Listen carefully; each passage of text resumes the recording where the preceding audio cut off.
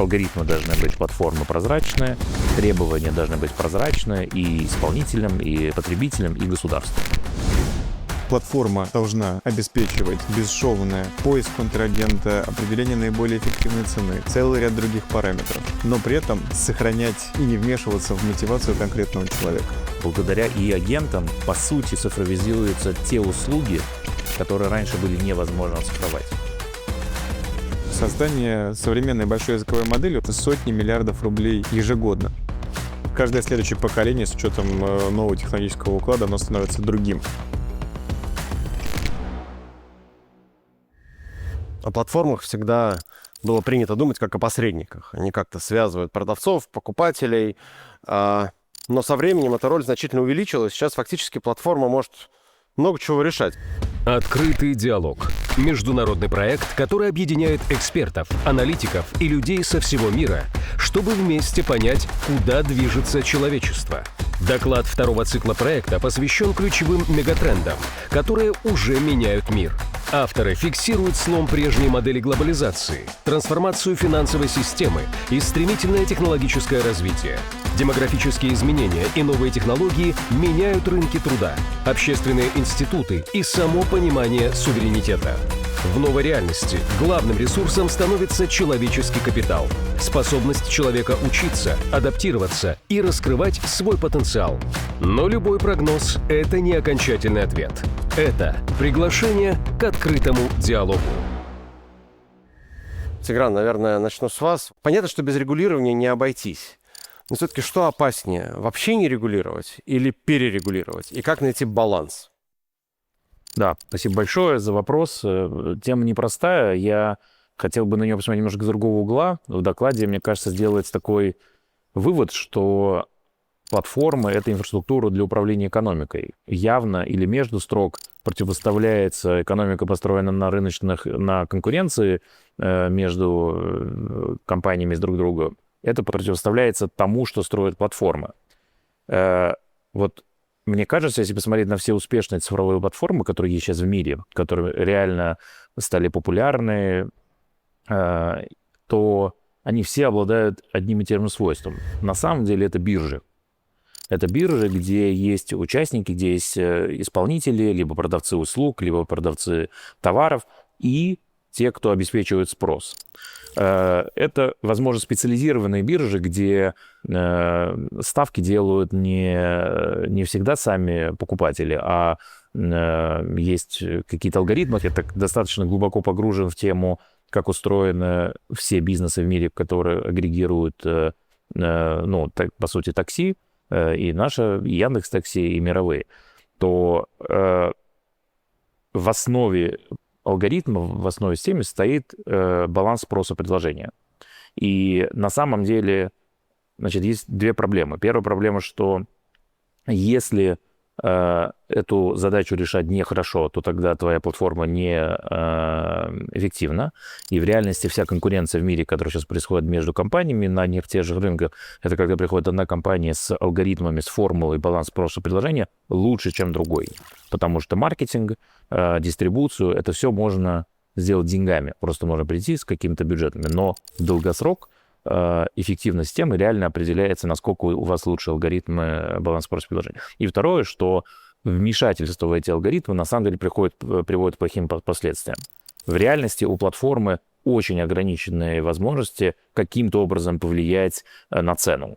И в реальности, если, например, ты пытаешься повлиять на цену, то в итоге либо система приходит в коллапс, либо, на самом деле, в среднем все начинают платить больше. И вот вторую мысль, которую хотел сказать по платформе, но следующее, что на самом деле в платформах очень жестко с друг другом конкурируют исполнители. И если этот принцип нарушается, если платформа начинает выходить за рамки квалификационных требований, как, например, на биржах устроено, то есть есть квалификационные требования, чтобы быть участником биржи для компаний. Такие же есть требования у маркетплейсов, такие же есть требования у платформ типа Яндекс.Такси. Но как только платформа начинает выходить за эти требования, например, говорить, вот вы, водители, должны вот эту услугу оказывать бесплатно. Например, провоз багажа. После этого, если просто прийти так сказать, то это приведет к тому, что водители в итоге будут отказываться возить багаж, и на самом деле эта услуга пропадет. Нельзя переходить на внутри платформы не рыночную модель. Это вот такая, наверное, основная мысль, которую я хотел бы прокомментировать про платформенную часть. Алгоритмы должны быть платформы прозрачные, требования должны быть прозрачные и исполнителям, и потребителям, и государству. С этими тезисами не поспоришь. И какой этап вообще переживает сейчас мировая экономика? Мы видим, что все больше и больше сегментов экономической сферы, социальной сферы платформизируется. Действительно, новая форма организации управления рыночной деятельностью. И в этом плане всегда есть соблазны, и всегда есть те зоны, которые нужно избегать. Да? Это же не важно, кто будет регулировать. Может платформа залезть сама очень глубоко в микроменеджмент на уровне мотивации экономических агентов. Может государство через регулирование. Но в любом случае такое воздействие, оно зачастую будет неэффективно. Сохранение мотивации всех экономических агентов, которые совершают те или иные транзакции через платформы, это вообще ключевое условие достижения эффективности. Платформа должна обеспечивать бесшовный поиск контрагента, определение наиболее эффективной цены, целый ряд других параметров, но при этом сохранять и не вмешиваться в мотивацию конкретного человека. Если мы говорим про сервис такси, если водитель хочет поработать в течение дня, там, не 2 часа, а 4 часа, у него должна быть такая возможность. Если он хочет поработать, наоборот, не 4 часа, а 2, тоже должна быть такая возможность. В этом плане платформа — это организационный инструмент. Но абсолютно критично, абсолютно важно, я здесь согласен на 100%, сохранение мотивации участников, человека, даже в сфере здравоохранения, сотрудников медицинской сферы, качественно оказывать услуги, спасать жизнь людей, с одной стороны, человеку управлять своим здоровьем, принимать решения по тому, как он себя ведет. С другой стороны, это как бы очень важный элемент. Мотивация должна сохраняться у всех агентов. Потеря мотивации означает гибель платформы в любом случае.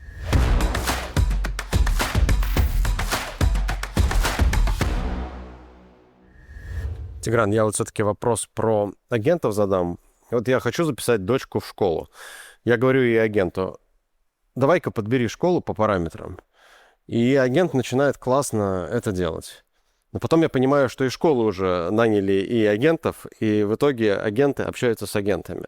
Вот сам этот инструмент, агенты искусственного интеллекта, он вернет власть, которая сейчас в основном вроде бы у платформ, конечному пользователю? Есть ли в этом инструменте угроза для платформ? Да, действительно интересная история, что мы, с одной стороны, сейчас говорим про платформы, а с другой стороны, одновременно наблюдаем рождение конкурента платформы. Почему вообще возникли платформы? Давайте, если уже мы на примере Яндекс.Такси, или вообще такси-сервисов, неважно, то человеку сложно было обзвонить всех водителей вокруг. То есть, если можно было представить, что человек имеет все номера телефона всех водителей, он всех обзвонил, спросил, кто где находится, там потом. Но очевидно, что это сделать просто невозможно. Как минимум, пока будешь обзванивать, уже все поменяется. Что меняет искусственный интеллект? Агенты могут делать одновременно, параллельно много задач за человека. И если в случае, на самом деле, для искусственного интеллекта таких примитивных задач, как покупка конкретного товара или заказ конкретной услуги, скорее платформа здесь будет выигрывать, потому что они алгоритмически быстро это смогут сделать, то, например, для сложной задачи, одна из сложных задач, которая у человека, например, спланировать отпуск. Это многокомпонентная, сложная задача, где на самом деле выбор очень всегда не очевиден, направо или налево. Агент должен понимать человека для того, чтобы помочь в принятии даже решений.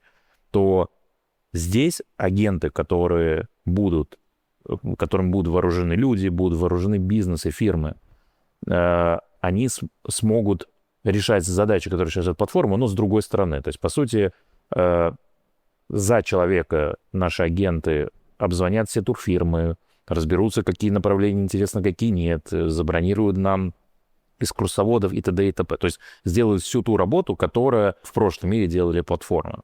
И, если честно, сейчас не очень понятно, где будет баланс, какие зоны будут у платформ, а какие будут тоннели прорыты от агентов.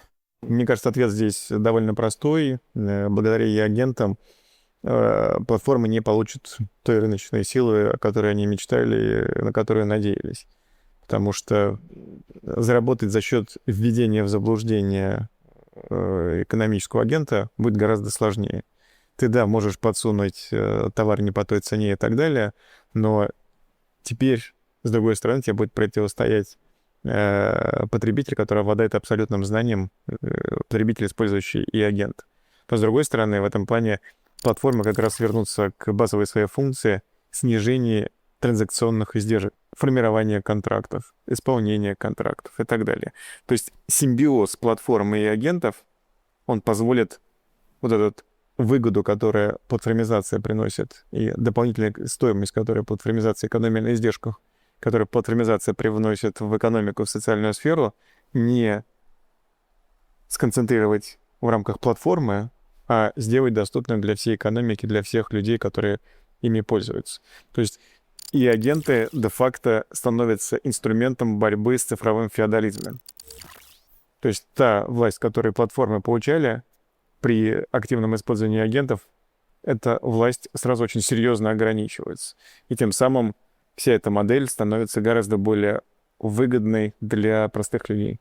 Я буквально добавлю, мне кажется, что еще важное изменение, которое произойдет, что благодаря e-агентам, по сути, платформизируются или цифровизируются те услуги, которые раньше были невозможно оцифровать. Пусть еще шире становится. Да, потому что, да, вот есть у меня такой пример, это ремонт в доме. Это не обязательно капитально, а попробуйте что-нибудь, вот просто нанять человека, что-нибудь отремонтировать, заменить дверь, просто межкомнатную дверь.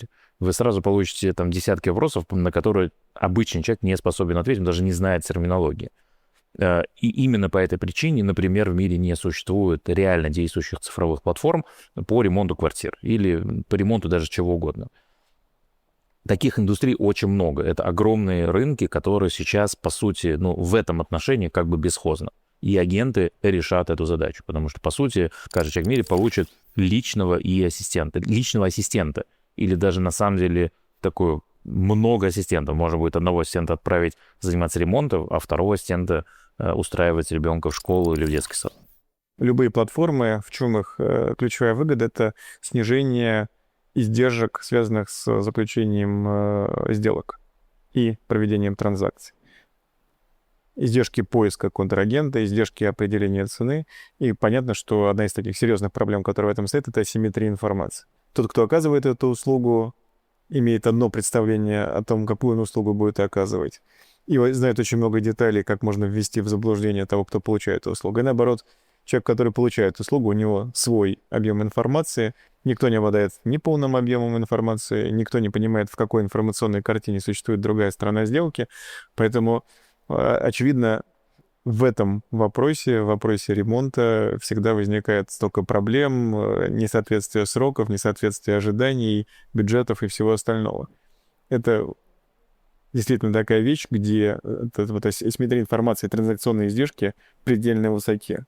И просто платформы здесь справиться не могут. Не получится ли так, что Яндекс займется разработкой своих и-агентов, которые будут бороться с рыночными? Если Яндекс возьмет на флаг отрасли ремонтов, это может быть последнее, что Яндекс сделает в своей жизни.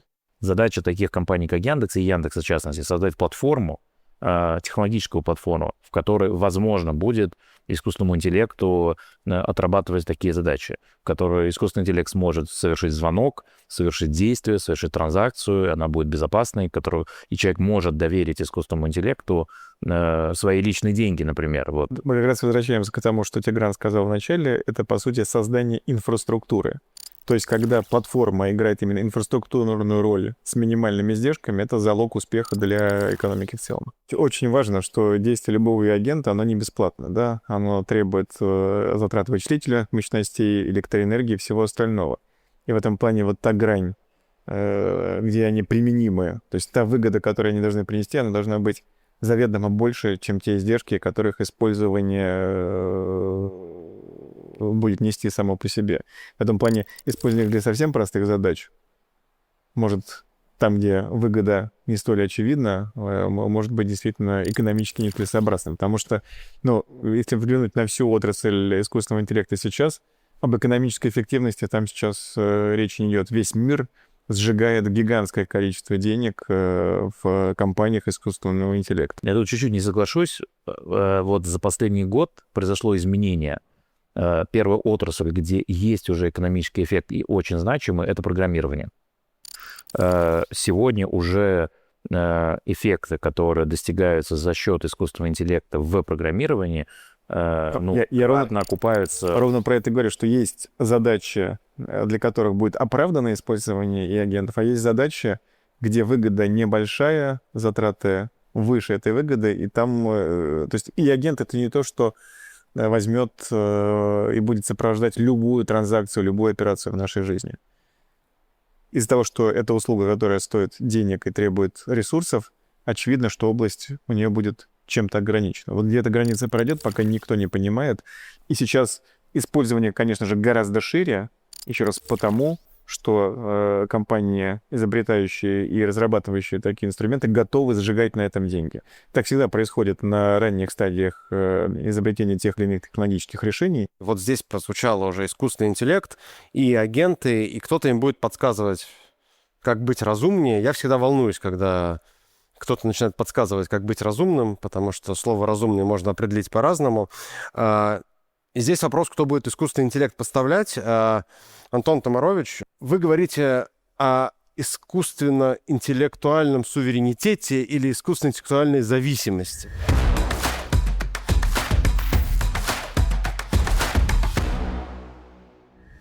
Я занимаюсь исследованием внедрения и развития искусственного интеллекта, международных трендов. И вот последнее время часто говорят про управляемость в сфере искусственного интеллекта через концепцию суверенного искусственного интеллекта. Но при этом, мне кажется, недостаточно внимания уделяется дискуссии про вообще достижимость и экономическую целесообразность полной автономии в сфере искусственного интеллекта. Тут я могу привести пример приложений с открытым исходным кодом. Да, вот тот самый open source, когда разработчик делится своими наработками в открытом режиме, а любой желающий может взять бесплатно эти наработки, адаптировать под свои задачи. Я извиняюсь, я перебил, но только в сфере искусственного интеллекта и больших языковых моделей open source нету. Есть открытые веса и открытые результаты. Что такое open source? А когда полностью код и весь процесс создания финального результата известен. Open source нету. Есть это некоторые заблуждения, в которые всех ввели, да? То есть вот open source, мы всем предполагаем, помним мир программного обеспечения, да? Где у нас был open source, это когда любой программист может взять открытый код того или иного программного продукта, той или иной библиотеки, что-то там поправить и сделать свою версию. Здесь ничего не поправишь. Здесь это весь процесс создания закрыт. Тебе только финальное... У тебя есть, это, по сути, бесплатное использование, но никак не открытый код изначально. Ну, я хотел как раз подвести к мысли о том, что появление модели DeepSeek китайской, она как раз же с открытым доступом. Многие... С открытыми результатами, но не с открытым кодом. Поправить модель DeepSeek невозможно. То есть весь процесс ее создания не является открытым. Но при этом ее можно дообучить и по факту не тратиться на вот эту большую базовую разработку. В этом суть, как мне кажется. Когда мы берем часть уже разработанного и под себя это докручиваем. Так вот, возвращаясь к России, мне кажется, что для нас было бы более целесообразно управлять нашими зависимостями. Что это значит? Пользоваться мировыми технологическими достижениями, где нам это выгодно, при этом делать собственные альтернативы в тех секторах, где это критически необходимо. При этом сама стратегия развития искусственного интеллекта должна строиться через практические вопросы. Какие зависимости у нас есть в этой теме? Сколько стоит снизить эту зависимость и какую управляемость мы получим в итоге? Я вот в этом плане абсолютно с вами согласен. И действительно вопрос поиска этого баланса и правильного ответа на те вопросы, которые вы поставили. А там, на самом деле, очень большое дело в деталях находится. Понятно. И мы же так сейчас и делаем, да? Мы активно используем все те наработки, все те возможности, которые есть в мире. компания Яндекс, московское правительство в системе здравоохранения и многие-многие там, все торговые маркетплейсы, все используют любые доступные в мире наработки, чтобы получить и создать более качественную услугу, более качественный продукт и дать больше экономический эффект. Это все абсолютно правильно. Для того, чтобы понять, где твоя уязвимость, ты должен понимать, с чем ты имеешь дело. Если ты не понимаешь, как сделаны эти открытые веса, на основе каких процессов и как они выработаны, да, как натренирована модель, то тебе сложно дальше работать с уязвимостью. У тебя просто твой уровень понимания этой конструкции не такой высокий. Поэтому только создав собственную модель, натренировав собственные веса, да, может быть, она будет хуже, но пройдя этот процесс, у тебя понимание становится гораздо больше. А дальше мы сталкиваемся с чем?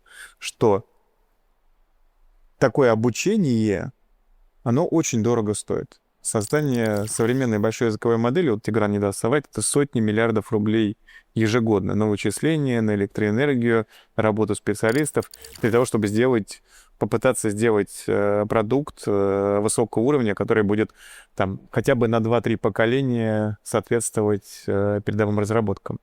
Именно поэтому компания искусственного интеллекта сейчас является таким магнитом денежных средств, которые там сгорают в этой печке разработки новых моделей, потому что именно такой большой объем денежных средств нужен для того, чтобы все это разрабатывать. А дальше вопрос. Если такой объем средств требуется, откуда их взять? И тут разные модели финансирования.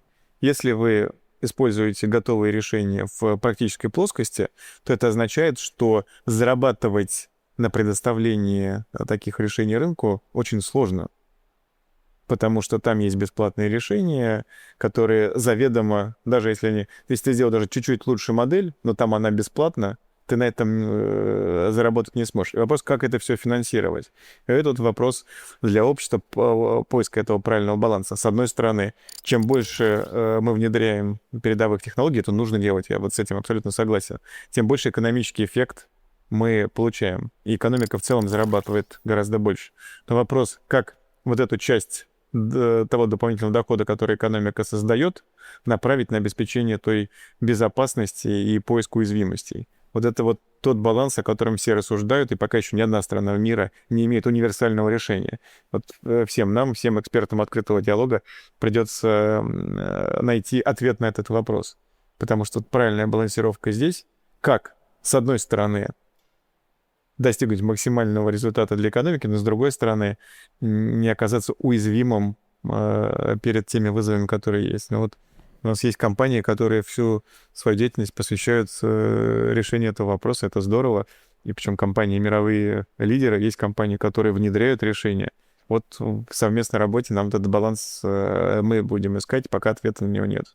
Мне кажется, что вот я, когда пытался, когда думал, как отвечать на этот вопрос, я себе представить, что мы сидим в 96-м году. Сейчас вот на этой сцене появился интернет, уже возникли там почта, сайты возникли, и мы обсуждаем, а вот что нужно сделать за Российской Федерацией для того, чтобы Россия была бы суверенной по онлайн-технологиям, чтобы, я не знаю, как в 96-м году называл. Мне кажется, что невозможно себе представить, что сейчас сидели бы умные люди и обсуждали, что вот нам нужно, чтобы был бы поисковик, чтобы у нас был бы классный видеостриминговый сервис, чаты, мессенджеры привязанные. Этих сервисов просто не существовало, большинство из них на тот момент времени, и никто, мне кажется, не понимал их будущую роль. Я думаю, что мы сегодня находимся в плане... Да, и, возможно, так же, как сейчас мы наблюдаем что-то в искусственном интеллекте, тогда бы люди сказали, очень важно, чтобы там сетевые маршрутизаторы были бы наши российские, потому что в этот момент времени, наверное, самый ценный товар был сеть, которая, по сути, нужно было строить в стране. А сегодня, скорее, наверное, все-таки суверенитет в онлайн-сервисах обеспечивается в первую очередь не сетью, хотя, возможно, сетью тоже. Или это какая-то часть. Я думаю, что мы находимся абсолютно в начальной стадии развития нового искусственного интеллекта, агентских моделей и тому подобное. Скорее, сервисов, которые возникнут, продуктов и технологий, которые возникнут вокруг этого, мы пока все перечислить не можем.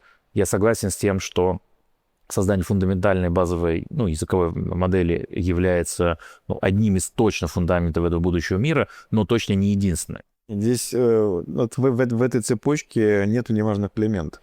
То есть, еще раз, самое важное — это то, насколько мы внедряем новые технологии, насколько они создают новую добавленную стоимость с точки зрения экономики и качественный результат для человека с точки зрения социальной сферы. То есть это вообще краеугольный камень. К этому надо идти максимизация эффектов от внедрения этих новых технологий. Приводили пример, что в России лучше банковская система цифровая. Вы думаете, в мире там другие технологии? Мир обладает абсолютно такими же технологиями. Но вот этот ввиду большого... абсолютно правильно. Это опыт, который у нас есть и в финансах. На самом деле, я считаю, что городские сервисы, и Яндекс, и других компаний, которые у нас есть, и то качество жизни, которое у нас есть в населенных пунктах, оно несравнимо лучше, чем во многих городах мира. И вот это российской экономике ни в коем случае нельзя потерять. То есть качественные конечные сервисы с применением самых современных технологий, самые гибкие, самые быстро адаптирующиеся, высококонкурентные — это то, что необходимо сохранить. Но при этом одновременно с этим нельзя забывать о том, что все это может быть разрушено, если вы не обеспечиваете безопасность и если вы не держите руку на пульсе фундаментальных вещей, которые лежат в основе этого.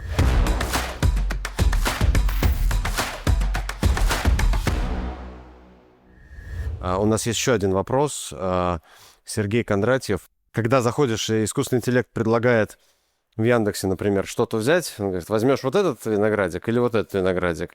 И ты думаешь, конечно, вот этот. А потом думаешь, а почему я, собственно, выбираю из двух-то? Уже что-то пошло не так буквально сразу. Мне кажется, вот таких примеров, когда нужно включать критическое мышление, их все больше и больше. Вот и критическое мышление как раз вопрос Сергея. В связи с тем, что сейчас активно используются генеративные модели искусственного интеллекта, в том числе молодежью, для создания их собственных идей, разработок, исследований и так далее, но при этом, по сути своей, они теряют какой-то элемент, процент своего критического мышления, поскольку можно сказать, что даже результат, вот по моему опыту, даже технический результат, полученный нейросетями, бывает политизированным, не совсем нейтральным. Можно ли сделать, скажем, настройку для технологического суверенитета или создать новый вид суверенитета, суверенитет субъектности в аналогии с технологическим суверенитетом экономики и институциональным? Ну, я вот что считаю важным, что действительно, когда появляется любая новая технология, это всегда вызов для человека, для общества, как правильно интегрировать эту технологию в свою жизнь, и как сделать так, чтобы она несла пользу не только краткосрочную, но именно долгосрочную. И действительно, система образования, она должна видоизмениться, да, потому что появление нового инструментария, оно, с одной стороны, открывает очень большие возможности для качественного улучшения того процесса раскрытия потенциала, таланта каждого ребенка. Но, с другой стороны, она несет и риски, связанные с тем, что есть всегда соблазн воспользоваться каким-то решением для того, чтобы вот это избежать движения вперед. Поэтому вот этот баланс — это то, что придется найти. Это касается не только искусственного интеллекта. Это не первая и не последняя технология, которая внедряет человечество. Надеюсь, точно не последняя, которая внедряет человечество. Каждое такое технологическое решение, оно приводило, конечно же, к изменению общества, сознания людей и так далее. Не там, ну, можно любой пример брать, везде этот паттерн будет понятен и во многом похож.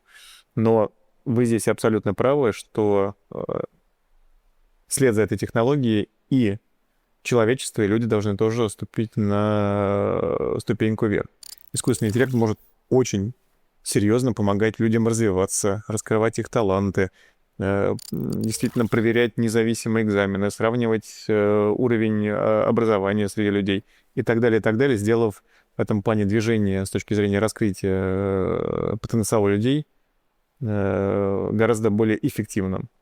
Ну, я здесь скорее технооптимист. Я думаю, что... Я не слышу, чтобы я звучал как технооптимист. Нет, я имею в виду, что... Я скорее, наверное, из тех, кто немножко отрицает вопрос. Я уверен, что человечество справится как-то. Все-таки у нас заложен элемент эволюции.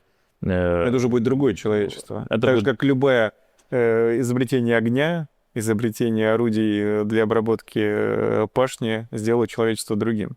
Я просто отношусь, например, к поколению тех детей, у кого дома еще не было совсем в детстве калькулятора, и он появлялся, и считалось, что если у тебя есть калькулятор, то ты не будешь уметь считать. И скорее это и так и произошло. Действительно, сейчас люди не умеют в уме считать. Мой отец рассказывал, что запрещено было писать шариковой ручкой до какого-то класса. В общем, мне казалось, это какая-то просто байка. Считала, что если ты пишешь не пером, не перьевой ручкой, а шариковой, то у тебя будет плохой почерк. Человечество как-то адаптировалось и к калькуляторам, и к шариковым ручкам.